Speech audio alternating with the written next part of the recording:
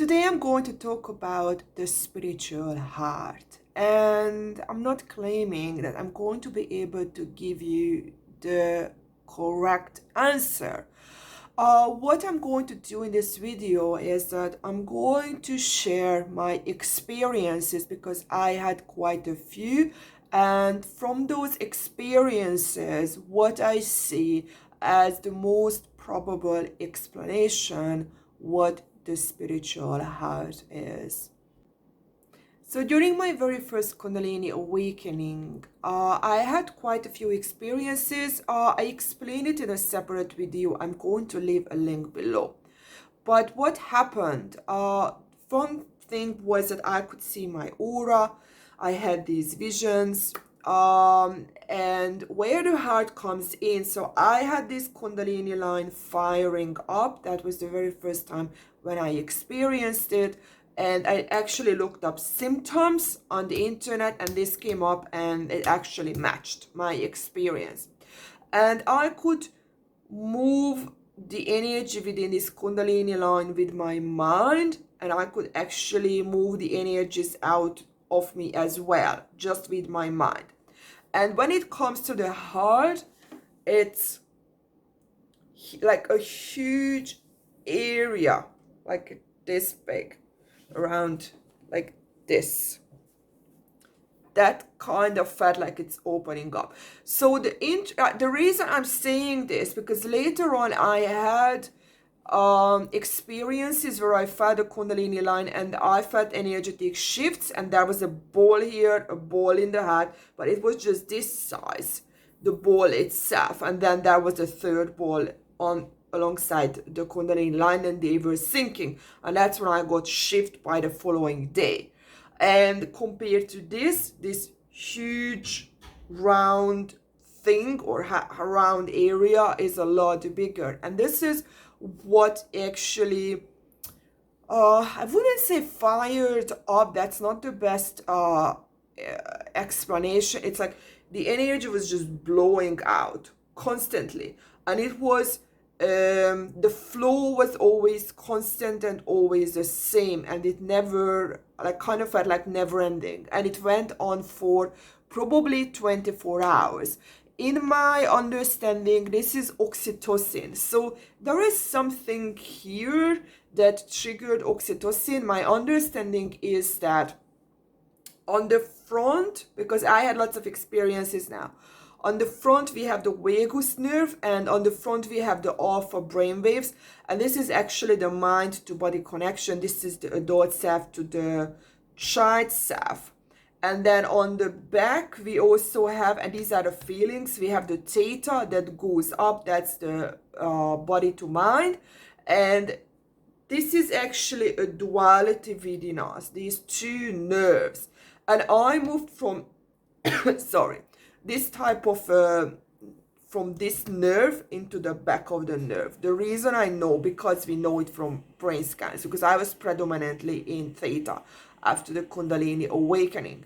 And what I believe is, because a person who is on this side is going to be a more avoidant person, and this is what I was. That's a twin flame runner, and the person who is more connected to the backside of the nervous system is going to be more impulsive, and that's the chaser. And I integrated these two. So that's what I believe, that this actually got somehow put together. I used my mind, that I've seen these two, that they were exactly the same, and it triggered up because I used the mind, and this is the attachment system. There are 3 levels within you.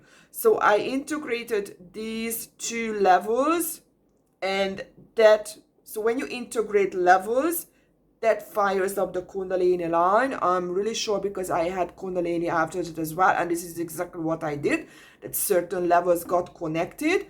And this actually, the duality gets connected within you, the 2 versions, because I embodied the twin flame runner first, and later the twin flame chaser, and I was able to move them together. So basically it's an integration. The fear, the anger, the questions, kind of become replaced by love, and you feel this euphoria, and you feel really, really calm. And also your nervous system becomes a lot calmer. So every time when I have a Kundalini, I keep like if I had like a million, like I only had a few, but after every integration, I feel that my nervous system is calming a lot, so it becomes a lot calmer. But there is a dark side of this as well, and this is what I got connected to probably 2 years ago.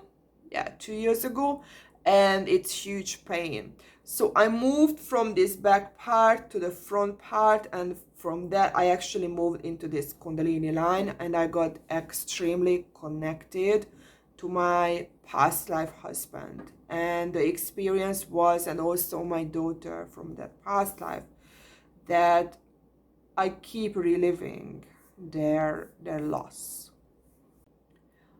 I kept reliving that grief when he died, and also the pain of my daughter. And this is the interesting, as you can hear, immediately my emotional state changes just by remembering them. This exactly happened. So now it's actually a lot better. It was a lot worse, but this area, so whatever was, so it's exactly the same what fired up during a Kundalini awakening. It's the same huge ball kind of thing, and it's like a very deep energy. It's heavy. It's very heavy, and it kind of feels like it overpowers everything within me. So I got disconnected from my feelings and from my emotions, and this is the only part I am aware of, and this has been going on now for a very long time. And anytime something like this happens, I always interpret it in the same way, that my nervous system is trying to tell me something. It's just unable to communicate with me.